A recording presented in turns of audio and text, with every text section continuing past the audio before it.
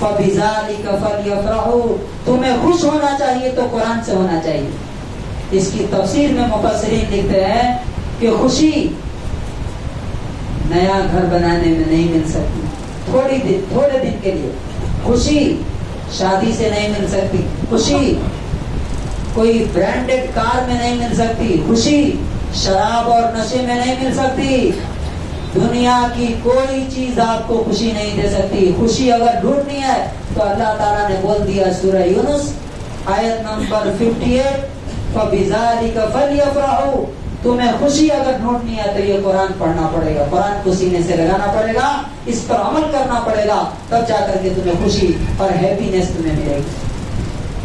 اور جو last point اللہ تعالیٰ نے بتایا هُوَ خَيْرٌ مِّمَّا يَجْمَعُونَ، کاش کہ ہمارے دل میں اللہ کی یہ بات کا یقین پیدا ہو جائے جو اللہ کہتا ہے. کتنی بڑی بات کہی. یہ قرآن ذرا اس کو غور سے سنیے. کیا اللہ نے کہا؟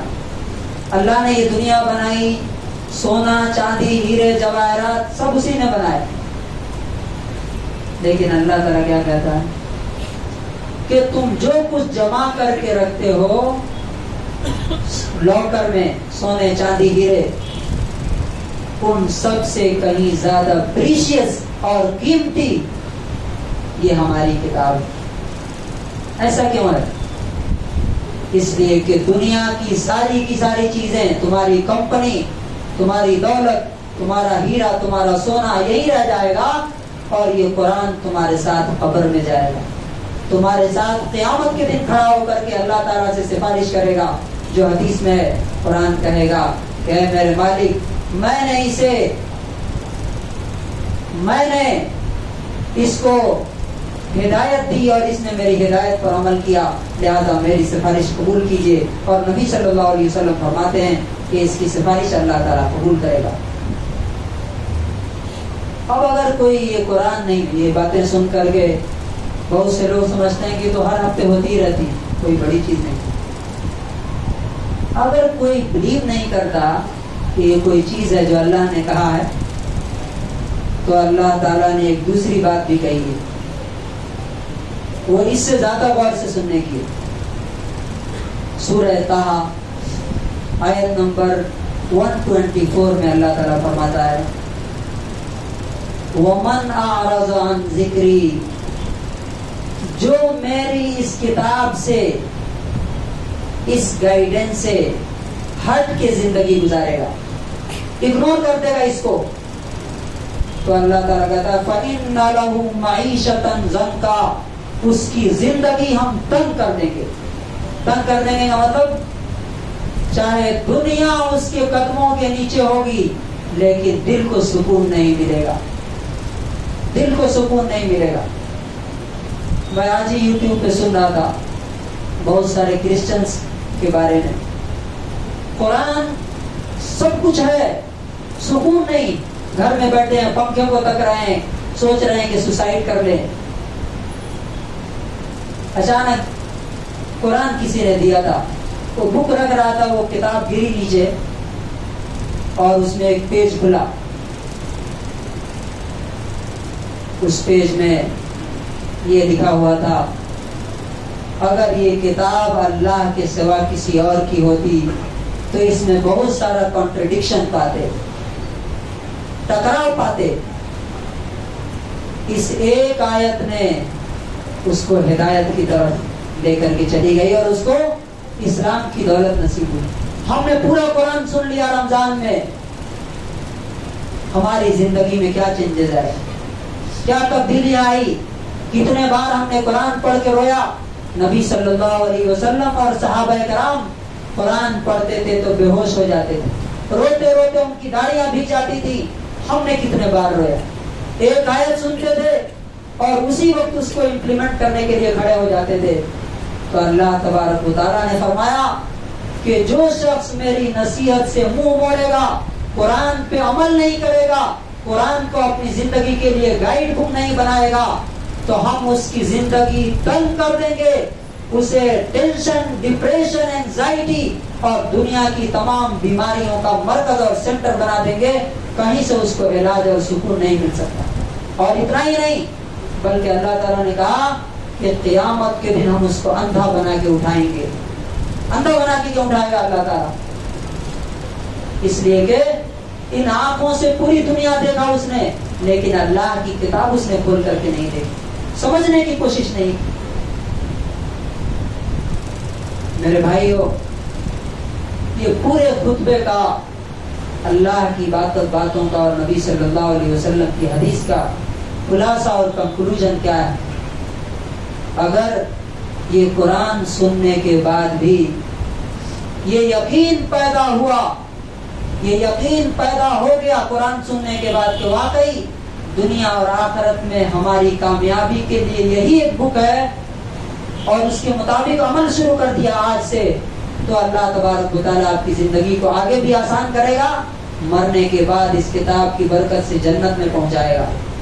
لیکن اگر یہ کتاب کو سنا، اس کان سے دوسرے کان سے نکال دیا، اس کو سمجھنے کی کوشش نہیں کی، اس پر عمل کرنے کی کوشش نہیں کی، تو یاد رکھیے اللہ نے دھمکی دی ہے کہ تمہارے پاس چاہے تم کروڑ پتی ارب پتی کچھ بھی رہو، لیکن تمہاری زندگی سے سکون چھین دیں گے، پیس تمہارے دل سے، تمہارے مائنڈ سے ختم کر دیں گے دنیا میں، اور آخرت میں تمہیں اندھا بنا کے اٹھائیں گے۔